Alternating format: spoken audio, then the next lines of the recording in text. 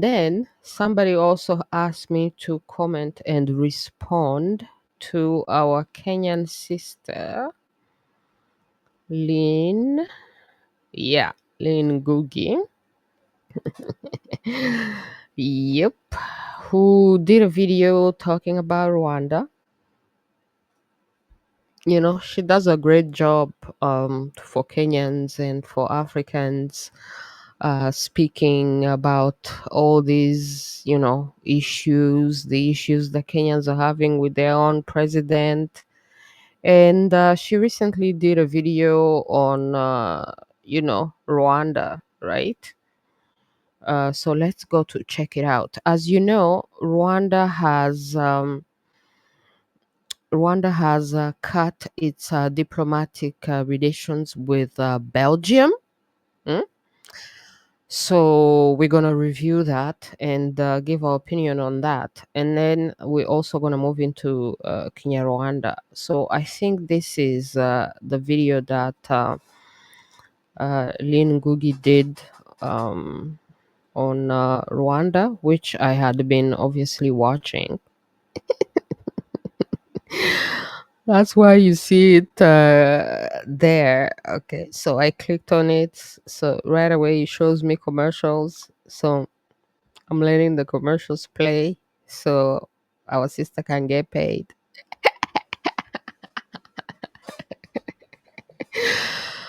These are the commercials that they be showing us over here in Canada, right? You know how they show different commercials depending on where you are, right? These are the commercials that they show us up in here in Canada. Okay, so that's for over 40 seconds, almost a minute of commercial. Let's run it all the way. It says that it has 1 minute and 21, uh, 1 minute point 21 of commercials. So let's let it play and then get to the video. So she's talking about Belgium in Rwanda. You know how Kagame has been talking about Belgium being at the forefront and everybody attacking Rwanda. But what he's omitting, what he did not say, is the fact that is it Belgium who sent Kagame in Congo to attack the Congolese and to plunder their country and to steal their wealth, billions, and to kill their people. Or millions and millions of Congolese people have been killed. You know, is it Belgium which did that, which sent the Kagamistan in Rwanda to Congo? So the idea of blaming just German and Belgium and all these Europeans, the British, all these people who are even sanctioning us, it makes no sense, because if they are even capable of sanctioning you, it means that you are fragile and you depend on them. So they shouldn't even have the power to sanction you. So let's go from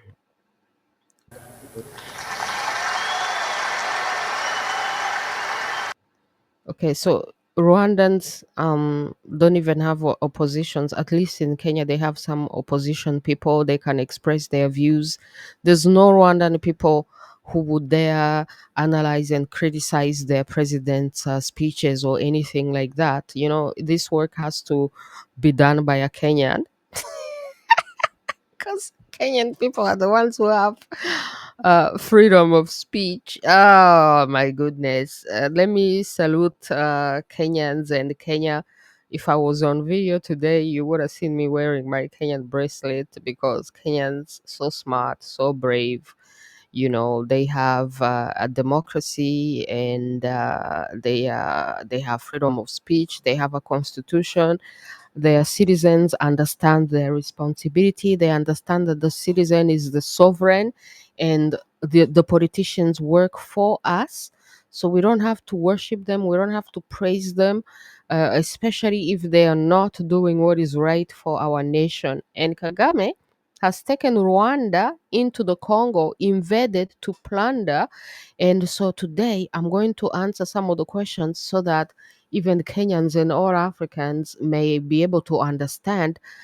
Because actually, if Kenyans and the rest of Africans don't understand the issues in Rwanda, they may not be able to understand the issues in their own country, and it may be dangerous for their own country. So, in the case of Kenya, for example, first of all, when they talk about, because in this video they talk about the Hutus and the Tutsis, and the role of Belgium in creating these issues between the Hutus and the Tutsis. But like, what are even the Hutus and the Tutsis? I would like to tell, my sister Lynn Ngugi and Kenyans and the rest of Africa that there are Hutus and Tutsis in every country in Africa. And if we allow Rwanda to get away with this issue in Congo, it will cause chaos and disorder in the rest of the continent, in the entire continent. So, for example, in the case of Kenya, who are the Hutus, who are the Tutsis in Kenya? The Hutus are the people who are in charge of agriculture, the people who are into agriculture. The Tutsis are the people who are into cows, the people who are taking care of the cows. We have a third tribe in Rwanda who is called the Twa. So this is like, in Rwanda, it's like a division of labor that the colonizers came to confuse. Uh, but what makes Rwanda be a nation is that all these divisions of labor, the Hutus and the Tutsis and the Twa, they still speak one language, unlike in Kenya, where if you have a tribe, that tribe has its own language. The Kikuyus have their own language. The Maasais have their own language. The Kalenjin have their own language. While Rwandans, everybody have the same language. Rwanda has one language, which makes Rwanda one nation, which the division is categorized by what people are doing. So agriculture, farming, and the people who are into art and pottery and hunting, ancient traditional way of life. So in Kenya, the Kikuyus would be classified as Hutus, and the Kalenjins would be classified as Tutsis. So the Maasais as well would be classified as Tutsis, because those are the people who are into cows. So everybody who are into cows, Tutsi, everybody who are into agriculture, Hutu. Now, if Kagame is allowed to go into Congo because some Tutsis in Congo are having problems, does that mean that tomorrow, I write about this in my new book. I ask these questions. I'm like, the excuse for Rwanda going into Congo are bogus, because if they continue to do this, all Africa will be madness. So what about if tomorrow the Maasai in Kenya, they have issues since they're Tutsis? What about the Kalenjin if they have issues in Kenya? So Kagame is allowed to help the Kalenjin in Kenya to be in power and sustain themselves in power because they are Tutsis. And then Kagame is also Tutsi, which, by the way, underground they have been doing, trying to tribalize the Kenyan conflict. In Kenya, when you speak out, they have their majority. Let's say the Kikuyus, and then they have a minority in power, the Kalenjins. That is the Hutu and the Tutsi classic opposition. And then if someone, for example, from the Kikuyus speak out against, the wrong that the people who are in power may be doing, then they start calling him a tribalist, which they have done to Lynn Ngugi, right? Actually, when it was happening, I was laughing. I was like, oh my God, Hutus and Tutsis made in Kenya. So this is why you need to understand it, so it doesn't happen to your own country. And so when it happens in Rwanda, you may also be able to call it out. So uh, would the Kagamistan in Rwanda, we have nicknamed it the Kagamistan because Kagame has turned Rwanda into his own personal property. He owns everything, he employs everyone. If you dissent, he kills you, you go to jail, or you become a refugee, which is what we have become. This is how I ended up living in Canada. because it's a criminal dictatorship at home. And this is why I love the Kenyan cause, because they're like, we don't even want to become refugees. We want to live and die in Kenya, and we want to live in freedom in Kenya. That's precisely what Rwandans and Congolese also want. But we have dictators who are usually supported by international mafias, and now the international mafia is dropping them because there has been so many years of campaigning and exposing them, and the Congolese people have done a great job of diplomacy and making their cause getting heard. And now that the world is waking up and sanctioning Rwanda or distancing themselves from the Kagamistan in Rwanda, they are crying victims. They are trying to play those tribalist cards one more time. They are blaming the colonizers. But Belgium colonized Rwanda, the British colonized Kenya. The British also tried to divide Kenyans into tribes, but today you see how Kenyans have, evolved. So, what is the Rwandan excuse why they would remain tribalist and then go into wars even beyond Rwanda, claiming that they're defending one tribe? There's over 300 tribes in Congo, and those 300 over 300 tribes, if you even count like the population of the Rwandans or the Banyarwanda, Banyamulenge or Tutsi in Congo, they're not even 10% of the population in Congo. They're not even 5%. And what is that 5% population in perspective of how Congo is at least 100 million people? That would be like 5 million people. So, for the sake of fighting for 5 million people, they have actually been into a war that has caused over 10 million Congolese lives. So, for the sake of fighting for 5 million Banyarwanda, Banyamulenge, or Tutsi, they have actually caused over 10 million dead people, Congolese people unalived by the Kagamistan, by all the front armies and proxy armies that he has been creating chaos in Congo. And today he blames the colonizers. Are Kenyans blaming the British for all their problems, or are they taking some responsibility in terms of what has happened? And then another thing that I would like to tell Kenyans is, for example, so that you could really understand it when it hits very, very much closer to home, is the Somalians in Kenya. Huh? You Kenyans, you have hosted Somalian people in Kenya for generations now. Somalian people have come to Kenya, like you have hosted so many refugees, but I'm picking Somalians as an example because that's the same way in Congo that Rwandans went to Congo as refugees, and they had been in Congo for generations and had become Congolese. So the Somalians in Kenya have become Kenyans. But what if the Somalians are instrumentalized by some people in power, and then they help people in power oppress Kenyans? And then if Kenyans rise up and they have issues with the Somalians, you're going to call them tribalist?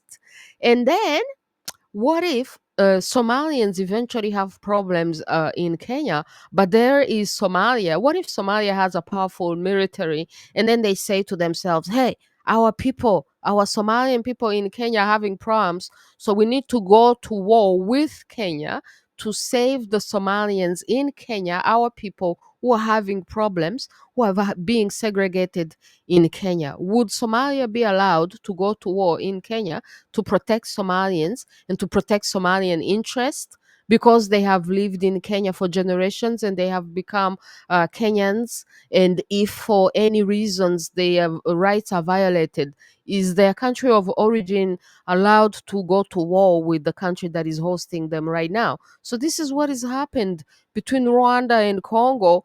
And so if you wouldn't want it to happen to your own nation, then you cannot support it when it happens to another nation, when it happens to Congo. And so, personally, I was born in Rwanda, but I don't support the Kagamistan in Rwanda precisely because it's wrong. I've also lived in Kenya. I know Kenya. If Kenyan leadership is wrong and it's oppressing its own people, I'm not gonna go and support the Kenyan leadership which is oppressing its own people, because we are all in search of uhuru, as I was telling our black American brothers, And then the last thing that I would like to comment about that our sister Lynn Ngugi talked about was how the regime in Kenya, he talks about the American Picture responsibility this, you're of sitting at your desk, drowning in Slack.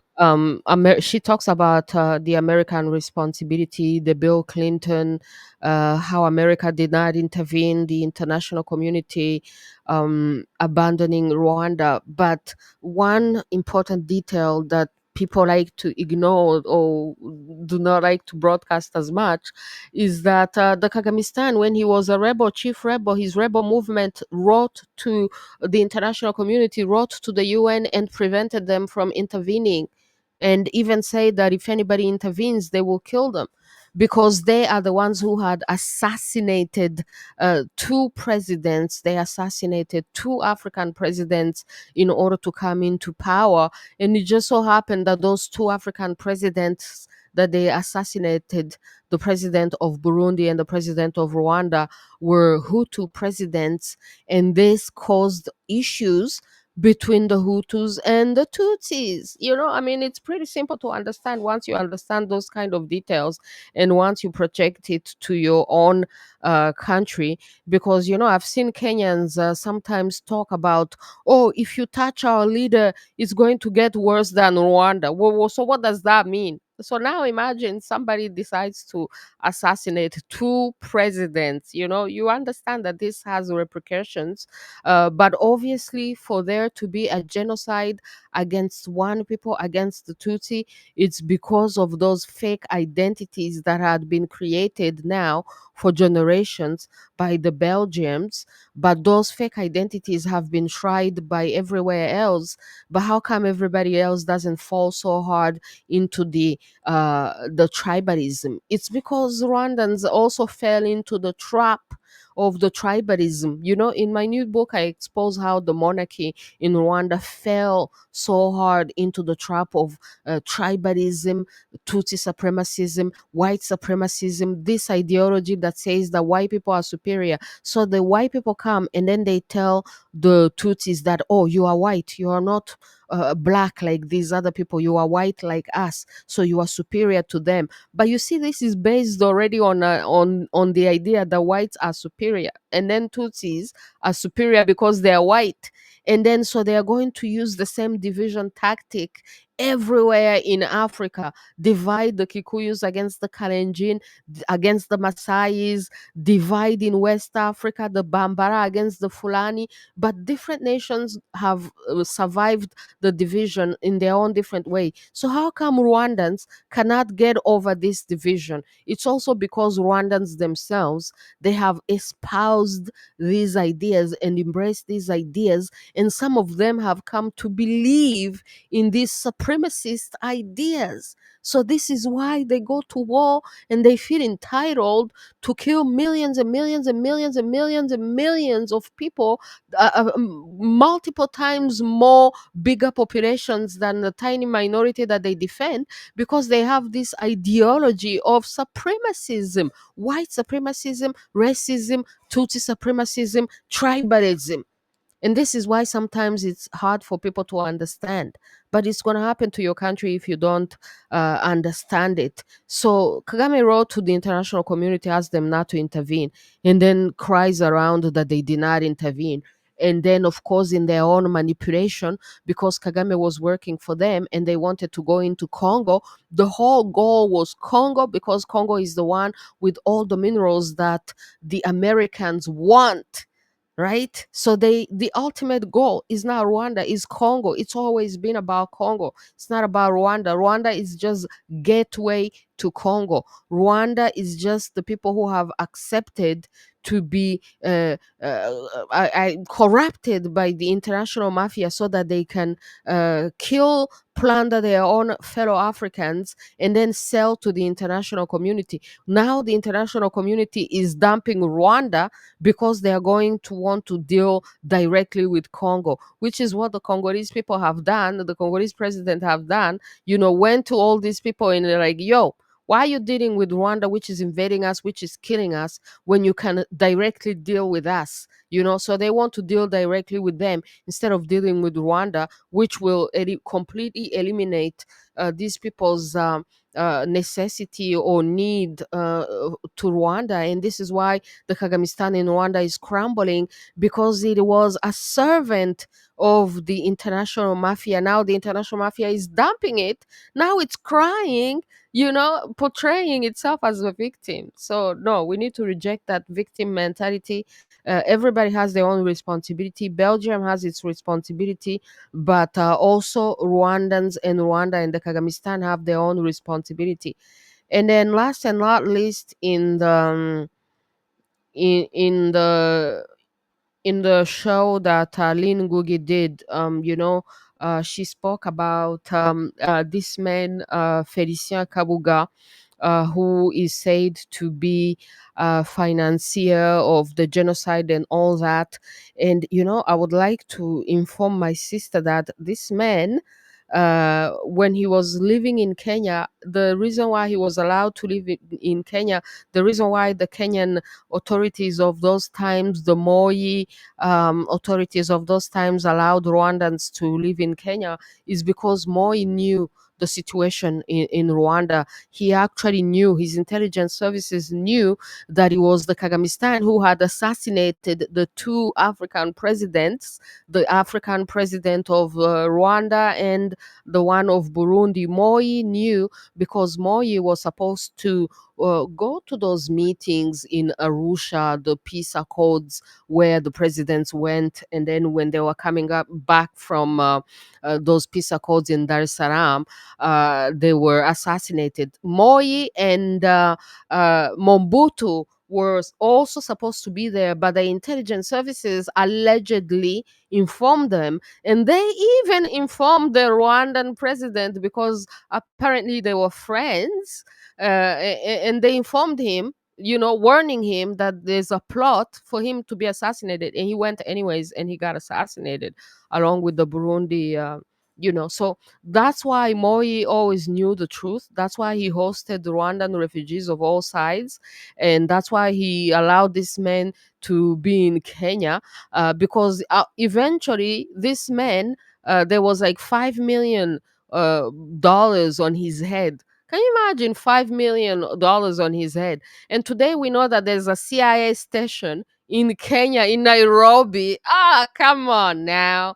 Like they're just playing games with all of us, So there's a CIA station, as Trump, all these documents that Trump just revealed. There's a CIA station in Nairobi, and then there's a wanted man who is responsible, who is a financier of the genocide, living in the same city in Nairobi, and there's $5 million on his head, and yet nobody ever catches him. Come on, man. It's because they knew that maybe this man is not as guilty as they say, because eventually he was caught in Europe. He's actually recently in Europe. Eventually, he was caught in Europe, and eventually, some of those charges that were against him were dropped. And if Lynn Gugu actually even wants to interview some people from his family, she can interview them, because they are on. They live in France, and I can put you guys in touch, since I've interviewed the son, to talk about their case when this guy was in court, facing all those charges. So I can inform you that right now he's living in Europe. So if people were guilty as the Kagamistan claims, they would suffer so much worse consequences. And so when you know all these things, you know that Kagame is not the victim that he's trying to portray himself. Belgium has its own responsibility, but Rwandans internally have a huge responsibility as well. And we are not going to be able to resolve our issues for as long as we are only just always trying to uh, say that we are the victims, and then we are blaming the colonizers. You know, the colonizers colonized Kenya, they oppressed Kenya, they separated the Kikuyus and the rest of them, they bribed this, the British, they still have land, the huge lands in Kenya. But you can see Kenyans fighting against this division, fighting against this tribalism, so much so that even when the Gen Z movement came up, they were talking about, tribalist, leaderless, fearless, So you see Kenya really having that desire to the unity and to their constitution, and their people knowing that they're the sovereign and that their tribalism doesn't matter. But in Rwanda, we still have a lot of job to reach to this Kenyan level of civilization. So I hope that I have clarified some of the stuff that our sister Lynn Gugi may not have been clear for her on this Rwandan case, because it seemed like she genuinely had questions. So I hope that I have clarified or answered some of those questions. And yeah, if it's not clear, people, you let me know. All right. So let's move into Kenya Rwanda, and then we'll continue to talk about it. Oh, actually, no, we're not moving into Kenya Rwanda. We're moving into French, because I'm going to talk about now the Kagamistan in Qatar.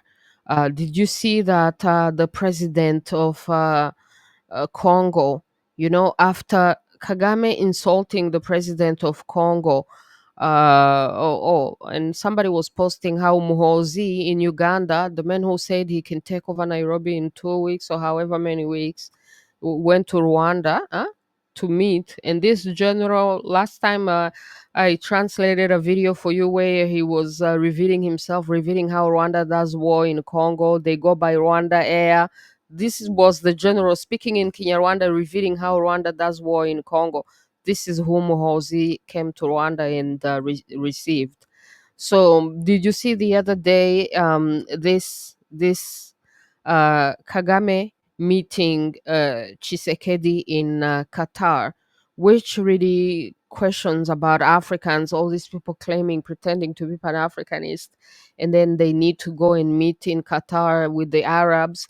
Qatar was part of those who were responsible for the destruction of Libya and Syria. The Arab slave trade. This is not a democracy either. This is a monarchy either. But look at these Pan Africans going to meet in Qatar. So apparently, Kisekedi had said that he will only meet Kagame in heaven. So me, I'm saying that the Kagamistan in Rwanda, they kill our fellow Africans in Congo and Rwanda, and then they turn around and they do deals with colonizers and slavers in Europe. All the Arabs, Rwanda Air owned by the Arabs, so many shares. New airports by the Arabs, so many shares, and then they sell to Africans. They sell themselves so that they can receive rejected people from Europe, the UK deal, all while killing our fellow Africans in Congo in millions. So the Kagamistan thinks that all these people, this is heaven for him. So maybe that's why that Fachi, the Congolese president, maybe this is why he had to meet the Kagamistan in his heaven. This is his fake heaven in the Arab world, to expose him. Because Rwanda is not a free and independent country. Rwanda owes money to Qatar and all these people. So the Kagamistan is like, oh my God, what am I going to do? What am I going to do? Come meet me in heaven because, I sell my Africans, I kill my fellow Africans, and then I go to the Arabs to sell my country, sell my people. This is the fake Pan-African Kagamistan in Rwanda. If you even find out, just start scratching and you will realize the magnitude of the scam and how much he has sold out Rwanda and how much Rwandans are oppressed and silenced, and how much he has killed in Congo, while pretending to be a savior and a Pan-Africanist. And now look at him meeting Fachi Felix Antoine Tshisekedi at the Arabs in Qatar. Qatar is the same country which helped the West, which helped NATO overthrow Gaddafi. Qatar was involved. And then it also just helped the new Islamist people come into power in Syria. This is who is mediating between the fake Pan Africanist Kagamistan, who has invaded Congo, plundered Congo, invaded, killed in millions Africans. Man, crazy, crazy.